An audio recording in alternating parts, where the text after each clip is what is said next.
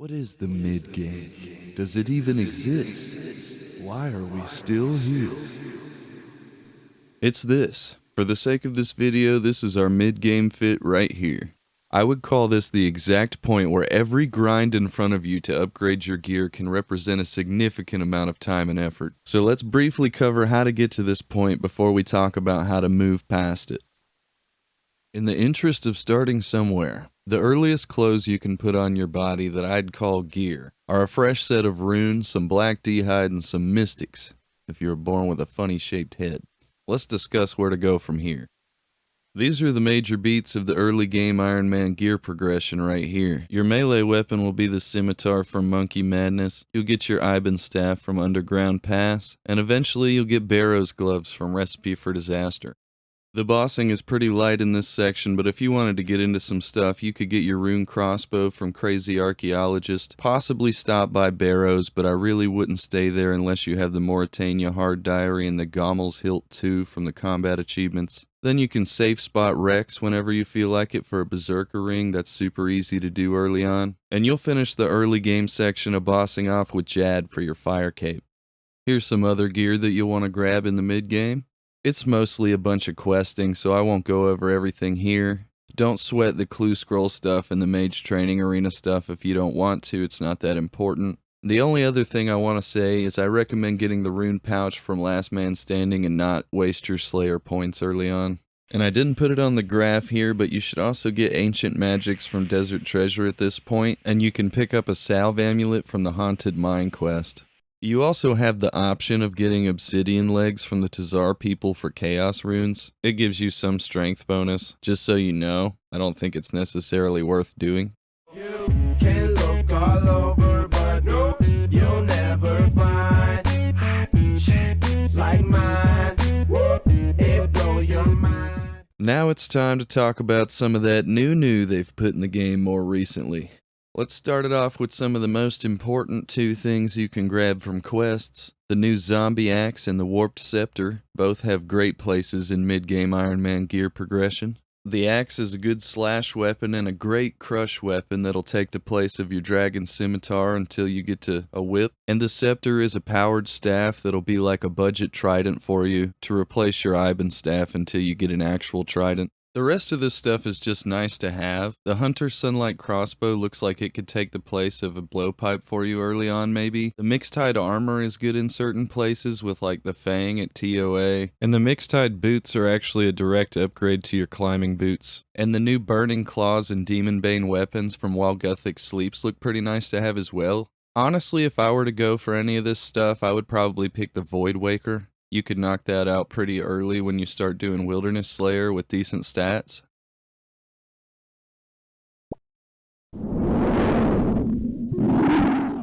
Before we move on to the major questing section of the gear progression, I just want to mention the Western Province's Hard Diary real quick. It'll let you upgrade your Void to Elite Void, as well as giving you access to the Crystal Halberd spec weapon.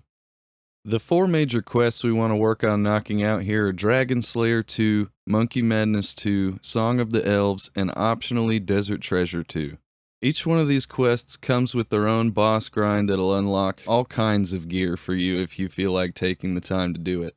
Killing Vorkath will let you upgrade your range backpack to the Ava's Assembler. Demonic Gorillas give you all the Zenites to upgrade your jewelry. This is probably also a good time to remind you to go do your seaweed runs so you can have the crafting level. Desert Treasure 2 will let you upgrade your rings, so that's why I say it's not so important until you've done your Dagonoth Kings. But you could also get Virtus Robes or the Soul Reaper Axe there.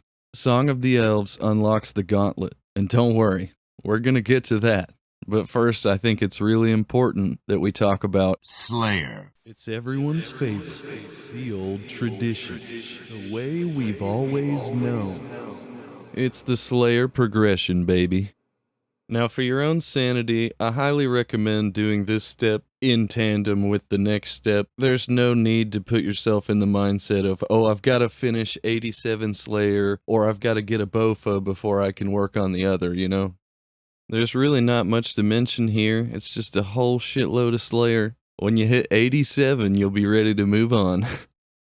If you get into Wilderness Slayer with Krystilia, you'll have a chance at the Dagon High Robes and the Thamarone Scepter too, so that's good. Like I said, you should really be doing this at the same time as your Slayer grind, because people that get in the mindset of one or the other are usually the first to burn out.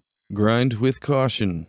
Ideally, you'll be able to get 6 crystal armor seeds and an enhanced crystal weapon seed to make your Bofa. Worst case scenario, you can just get the crystal armor and use it with the normal crystal bow. Best case scenario, you also get a Blade of Saildor. It's kind of fun at first, I'm not gonna lie, but really the best thing about the whole grind is that you don't use your own supplies the whole time. The Bofa unlocks a lot for your account, methods that wouldn't normally be possible, like range-only Zulrah or 5-to-1 at Bandos.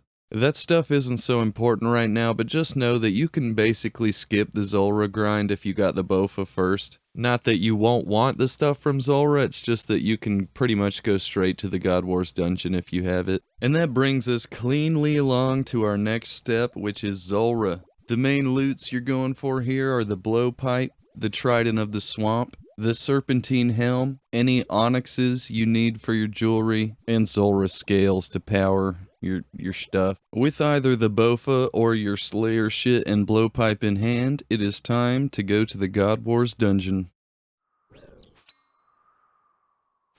I really think we're getting into the more fun stuff as we go along, which is sort of like the appeal of playing Ironman mode and getting all this stuff yourself. So now we find ourselves at the God Wars dungeon at last. The main things that I think you should be going for here are killing Krill for the Zami Hasta, and killing Bandos for the armor, specifically the top and bottom. If you felt like putting in the time here, you could also go for one of the God Swords, like the Arma God Sword or the Bandos God Sword, or you could even try and get an Armadillo crossbow. With that, you're pretty much ready to start your raiding and endgame shenanigans. You can go to TOA and get the Fang, you can go to Chambers of Zarek and get your prayers, then you can start hunting mega rares or work on endgame bosses like Nightmare, Nex, or the Inferno. Bob is very well and truly your uncle at this point. To recap, here's a look at the mid-game Ironman gear progression ladder, and here's some other gear to go for if you get bored or you just want it. Let me know if you have any questions. Go away.